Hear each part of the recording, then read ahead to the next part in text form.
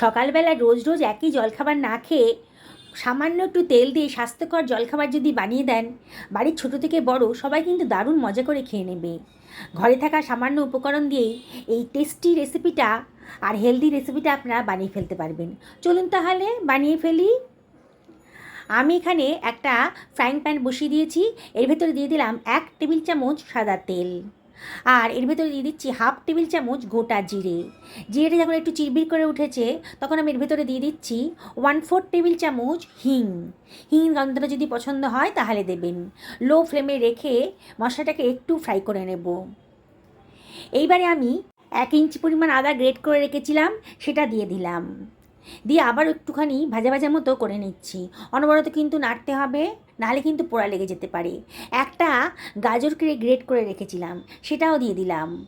আর 2খানা কাঁচা লঙ্কাকে গ্রেট করে রেখেছিলাম, সেটাও দিয়ে দিলাম। লঙ্কাটা অবশ্যই নিজেদের পছন্দ মতো দেবেন। বাচ্চাদের জন্য বানালে পরে লঙ্কাটা অ্যাভয়েড করবেন। এবার সব কিছু খুব ভালো করে নাড়াচাড়া করে নিচ্ছি। গ্যাসের ফ্লেমটা হাইতেই রেখেছি, আর গাজরের কাঁচা ভাবটা চলে যাবে। 1/4 টেবিল চামচ মতন হলুদের গুঁড়ো দিয়ে দিলাম, 1/4 টেবিল চামচ লঙ্কার গুঁড়ো দিলাম, আর দিয়ে দিচ্ছি 1/2 টেবিল চামচ জিরের গুঁড়ো, 1 টেবিল চামচ মতন লবণও দিয়ে দিলাম। প্রয়োজন মতো লবণটা দিয়ে দেবেন। দিয়ে আবারও সব কিছু ভালো করে মিশিয়ে নিচ্ছি।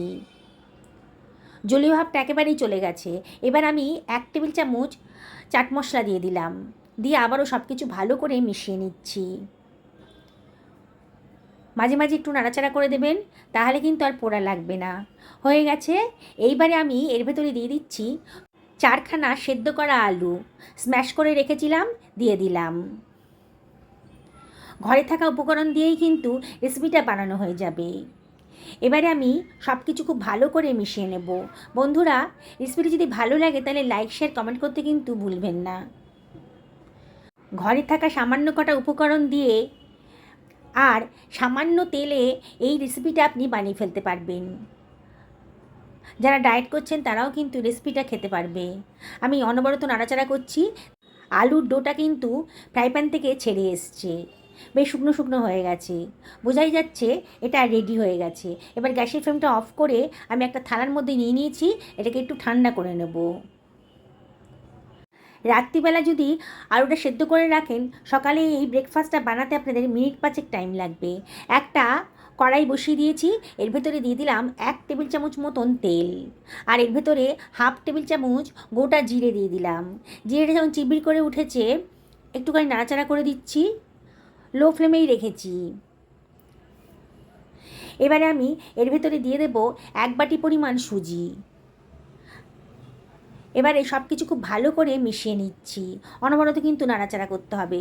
সুজিটাকে খুব একটা বেশি ফ্রাই করতে হবে না, সুজির কাঁচা ভাবটা চলে গেলেই হবে। 30 সেকেন্ড থেকে 1 মিনিটের মতো নাড়াচাড়া করে নিলাম। এবার এর ভেতরে দিয়ে দিচ্ছি 1 টেবিল চামচ মতন লবণ, আবার একটু নাড়াচাড়া করে নিচ্ছি। এবারে আমি এর ভেতরে দিয়ে দেবো 1 বাটি জল। যে বাটি মাপে সুজি নিয়েছিলাম সে বাটি মাপেরই জল নিয়ে নিলাম। নিয়ে অনবরত কিন্তু নাড়াচাড়া করতে হবে, যাতে ডালা না পাকিয়ে যায়, মানে কোনো লাম্পস না থাকে। এবার এর ভেতরে দিয়ে দিচ্ছি কিছুটা চিলি ফ্লেক্স, দেখতে ভালো লাগবে। সব কিছু খুব ভালো করে মিশিয়ে নিচ্ছি। আবার একটা সুজির ডো তৈরি হয়ে গেছে, দেখুন। অনবরত নাড়তে নাড়তে সুজির ডোটা কিন্তু বেশ শুকনো শুকনো হয়ে গেছে, আস্তে আস্তে কড়াই থেকে ছেড়ে আসছে। নতুন বন্ধুদেরকে রিকোয়েস্ট করব আমার চ্যানেলটা সাবস্ক্রাইব করার জন্যে। হয়ে গেছে। একটা পাত্রের মধ্যে ঢেলে নিলাম, নিয়ে একটু ঠান্ডা হয়ে গেছে যখন, তখন এটাকে ভালো করে মেখে নিচ্ছি। এবার এর ভেতরে আমি দিয়ে দিচ্ছি 1 টেবিল চামচ পরিমাণ সাদা তেল, তাহলে অনেকটা স্মুথ হয়ে যাবে। দিয়ে আবারও সব কিছু খুব ভালো করে মাখিয়ে নিচ্ছি। যেমন করে আমরা আটা মাখি প্রতিদিনকার, সেরকম করে ভালো করে মাখিয়ে নেব। দেখুন একটা স্মুথ ডো তৈরি হয়ে গেছে। এবারে এটা থেকে আমি কতগুলো লেচি কেটে নিচ্ছি। আটার যেমন লেচি কেটে নিই সেরকম করেই আমি লেচিগুলো কেটে নিলাম।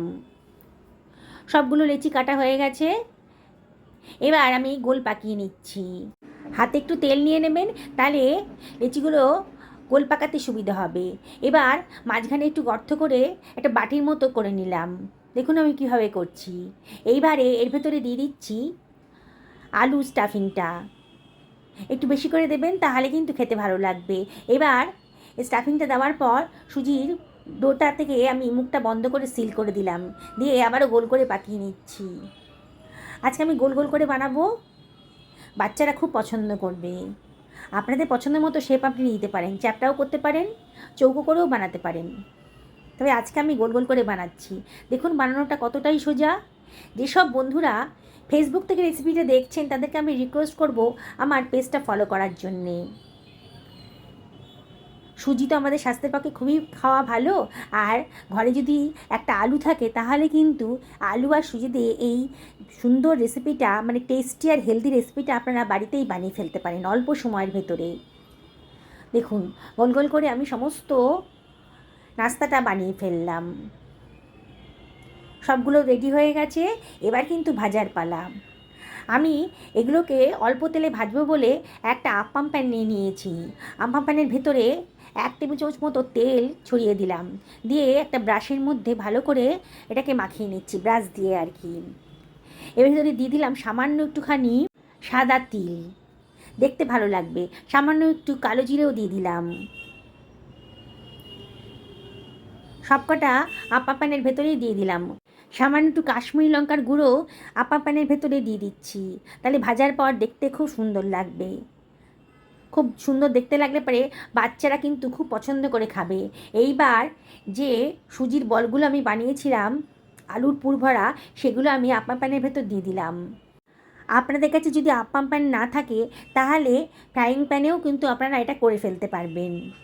ওপর থেকে সামান্য একটুখানি অয়েল দিয়ে দিচ্ছি, খুব সামান্য অয়েল ওপর থেকে দিয়ে দিচ্ছি, যাতে ওপরটা একটু শুকনো শুকনো না হয়ে যায়। মিনিট খানেক বাদেই কিন্তু এই বলগুলোকে একটু উলট পালট করে দিতে হবে। দেখুন নিচের পোর্শনটা কত সুন্দর একটা কালার চলে এসছে। এইভাবে বানাবেন, অল্প তেলেই কিন্তু দারুণ স্বাস্থ্যকর রেসিপিটা আপনি তৈরি করে ফেলতে পারবেন, আর অসম্ভব টেস্টি। আমি গ্যারেন্টি দিয়ে বলতে পারি, একবার যদি এইভাবে বানিয়ে খাওয়ান না বাচ্চাদেরকে, বাচ্চারা কেন বড়রাও কিন্তু আপনাকে রিকোয়েস্ট করবে বারে বারে এই রেসিপিটা বানানোর জন্যে। এতটাই টেস্টি হয়েছে, দেখতে কত সুন্দর লাগছে, বোঝা যাচ্ছে যেগুলো ভাজা হয়ে গেছে।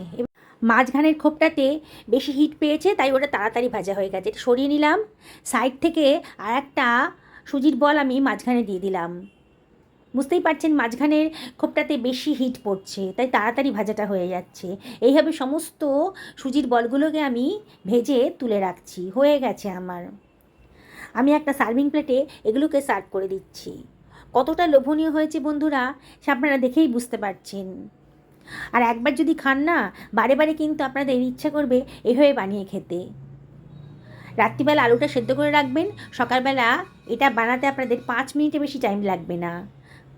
দেখুন বন্ধুরা কতটা লোভনীয় হয়েছে, কোনো তরকারিরই প্রয়োজন নেই। রোজ রোজ একঘেয়ে জলখাবার না খেয়ে একদিন এভাবে বানিয়ে ফেলুন, দেখবেন সকলে দারুণ মজা করে খাচ্ছে। বাচ্চাদের স্কুলের টিফিনে যদি দেন না, দেখবেন পুরো সবাই চেটেপুটে খেয়ে এসছে, একটুও ফেলে আসেনি। আমি একটা ভেঙে দেখাচ্ছি, বাইরেটা ক্রিস্পি, ভিতরে একদম নরম তুলতুল করছে। আবারও রিকোয়েস্ট করব একদিন বাড়িতে বানিয়ে ফেলুন। সুস্থ থাকুন, ভালো থাকুন, নমস্কার নেবেন।